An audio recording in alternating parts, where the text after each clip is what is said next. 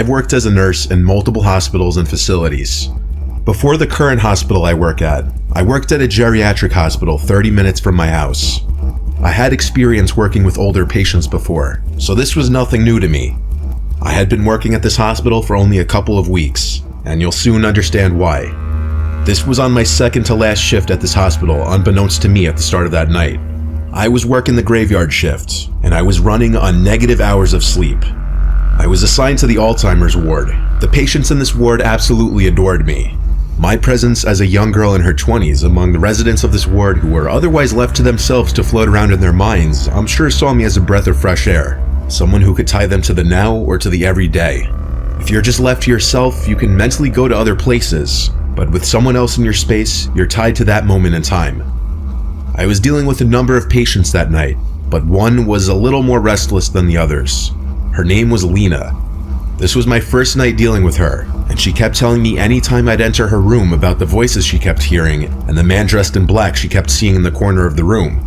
The other lady in her room requested her curtain be closed before my shift started so that Lena would leave her alone. She was a sweet lady that smiled whenever I was around her, but she didn't say much and was very forgetful. Since I started my shift around 9 p.m., most of the patients were asleep by 11, but not Lena. Whenever she called me into the room, she'd be frightened of these alleged voices she was hearing, and the man in black that kept staring at her in the corner of the room. Not gonna lie, it was creeping me out a little. I believed that in her mind she was seeing and hearing these things, and I sympathized with her because I imagined them to be very scary. But still, I tried my best to calm her down and get her to go to sleep. I didn't want to turn on the TV to calm her down because I wanted to be courteous of the other patient in the room. I held Lena's hands and told her it's okay, to breathe and to relax. I reminded her that she wasn't here alone, and I was always just a call away. This seemed to do the trick. Lena relaxed for a while, and the next time I came in the room, she was asleep. Once most, if not all, of the patients are asleep, the night goes much slower. Time almost moves in reverse. An hour or two later, I was in the linen room stocking my cart when I heard something in the room. It was a relatively small, dead quiet room. I had the door closed too. That's why hearing another noise was weird. I turned, saw nothing, and resumed stocking my cart. Then I felt what I can only describe to be a hand on my shoulder. I looked at my shoulder, jumped, and screamed, but there was nothing on my shoulder. There was no one in the room. Yet I knew I felt something large basically grab my shoulder. I went out in the hall for a second to peek my head. No other nurses in sight. Dead quiet. I had nothing else to do but resume what I was doing. I continued stocking the cart until it was full. Then I turned to face the door, and I fell to the floor and started screaming as my heart was immediately in my throat.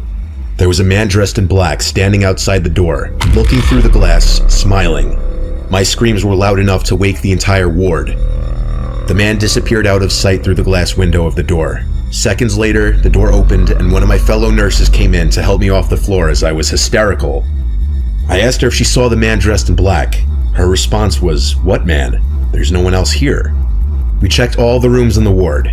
There wasn't anybody dressed in black in there. My screams woke Lena from whatever light sleep she must have been in, and when I came into her room, she started talking of the voices. This time the screams, which she didn't know were my screams. I asked her what this man in black looked like, if he was smiling. And she looked at me, and I noticed her eyebrows point down, as her expression changed to look the most focused I'd seen her the entire day. She asked, "How did you know?" And even with my heart still racing, I felt it skip a beat as she said this. She started screaming now, screaming, "Get me out of here, he's coming." The other nurses came in and tried to calm her down. I was switched to a different ward that night with someone else, and I eventually ended up going home early because I was just so freaked out. I texted the head nurse the next day that my next shift would be my last, that the experience traumatized me and that I didn't really want to be in that building anymore. I got as friendly of a response as I could have hoped for. I've never been diagnosed with anything, nor have I ever dealt with hallucinations of any kind. I'm aware of the effects of lack of sleep, but this was next level. I don't know if my mind started playing tricks on me from what Lena was telling me all night, but the feeling of the hand on my shoulder, the image of the smiling man behind the glass door, matching the description a patient kept giving multiple times. This was one of those once-in-a-lifetime, unexplainable supernatural occurrences. At least, I hope it was once in a lifetime. Before the next story, I want to thank Guardio for sponsoring this video. Stories like the ones you hear on this channel are the reason why you need to be vigilant of your surroundings, but many people spend a majority of their time on the internet, so it's also important to be vigilant regarding your safety browsing the web. Guardio is an easy-to-use browser extension that, simply put, keeps you safe from scams and identity theft, so that you can do what you do online without worrying.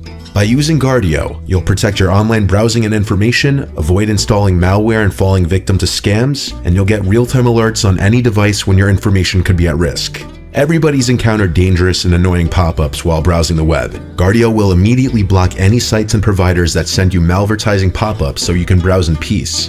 Being a YouTuber means hours of work online, so I wasn't too surprised when Guardio showed me all the existing threats on my system.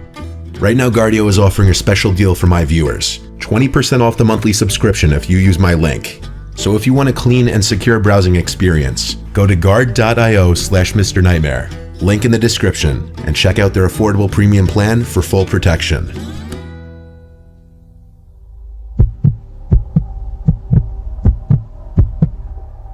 Three years ago, I contracted bacterial meningitis. I live in South Florida. I don't believe there was an outbreak going on or anything, so I'm not sure how I caught it or who I could have caught it from. I started developing really bad symptoms: painful headaches, confusion, sleepiness, nausea, and lack of appetite. But when the hallucinations started, that's when I knew I had something really serious. Laying sick in bed while my husband was at work, I heard a child's voice call Mom from downstairs. Mom! We don't have any kids. I dragged myself out of bed to look down the stairway to call my husband's name. Of course, he didn't answer because he was at work. The headache I had from standing was too much, so I went back to bed. For a second time, I heard a voice call from downstairs. It said hello. Hello. I picked up the phone and called my husband, freaking out to him into the phone that I was hearing a scary child's voice from inside the house, and that I thought I was hallucinating. He heard how distressed I was over the phone, and so he left work early to bring me to the hospital. While waiting for him to get home, I changed out of my pajamas, and while doing so, I had to run to the bathroom to throw up. As I was mid-throwing up, I heard another voice from outside of the bathroom. I couldn't hear what it might have said, nor could I tell if it sounded the same as the other voice I heard. I was losing my mind. I wasn't diagnosed until I arrived at the hospital, and apparently, if untreated, what I had could be very serious, even fatal. The doctor told me the hallucinations part was rather unusual, but not unheard of. I was given antibiotics through a needle shortly after I arrived at the hospital with my husband. The doctor told me that I was fortunate to have come to the hospital so quickly, as if I had waited much longer, this could have had lasting effects or possibly have been fatal. My husband stayed with me for a few hours in the room. I was told I was going to have to stay there for a few days to a week, given the severity of my symptoms. Around 10 o'clock, my husband left to go home, as he had work the next day. The nurse told me call her if I should have any issues. Though I still felt like absolute death, I nodded off pretty quickly. I started having this dream where my ex-husband was in the room, over my bed, looking down at me, talking. He was saying horrible things about my current husband. He patted my head and said he was glad I was okay, and that he came as soon as he saw my husband left. He went into this rant about how he despises my current husband and wants to kill him. He kept rubbing my forehead, then left the room. I often have bad dreams about my ex-husband because of how toxic and abusive our marriage was, and why it ended, which I'd rather not include. I woke up in this drowsy, lightheaded state and looked around the room. There was a chair pulled up in front of my hospital bed, but no one was sitting in it. It wasn't like that when my husband left. It was still the middle of the night, so I went back to sleep. I woke up the next morning to the nurse in the room. I told her about the weirdly vivid dream I had, and she laughed and told me that wasn't a dream, that my cousin came to visit me last night. I told her I don't have any cousins that live in this state. She looked more serious now and said, "Well, someone who said they're your cousin David visited you late last night." David was the name of my ex-husband.